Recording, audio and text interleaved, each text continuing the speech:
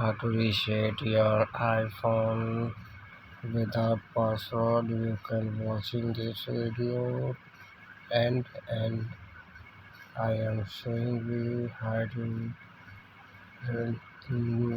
reset your iPhone without any password, fingerprint, iCloud.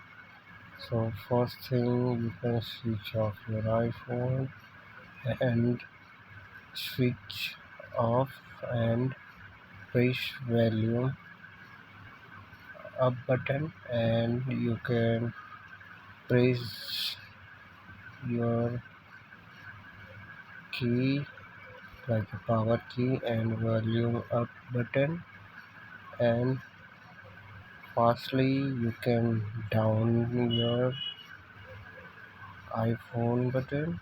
So hard reset option is you're showing your iPhone and you can click your hard reset.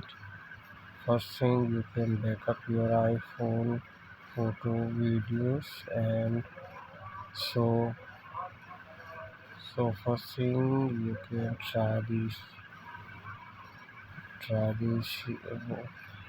passport like a pro, and swipe up down and press the power key, and so you can watch this.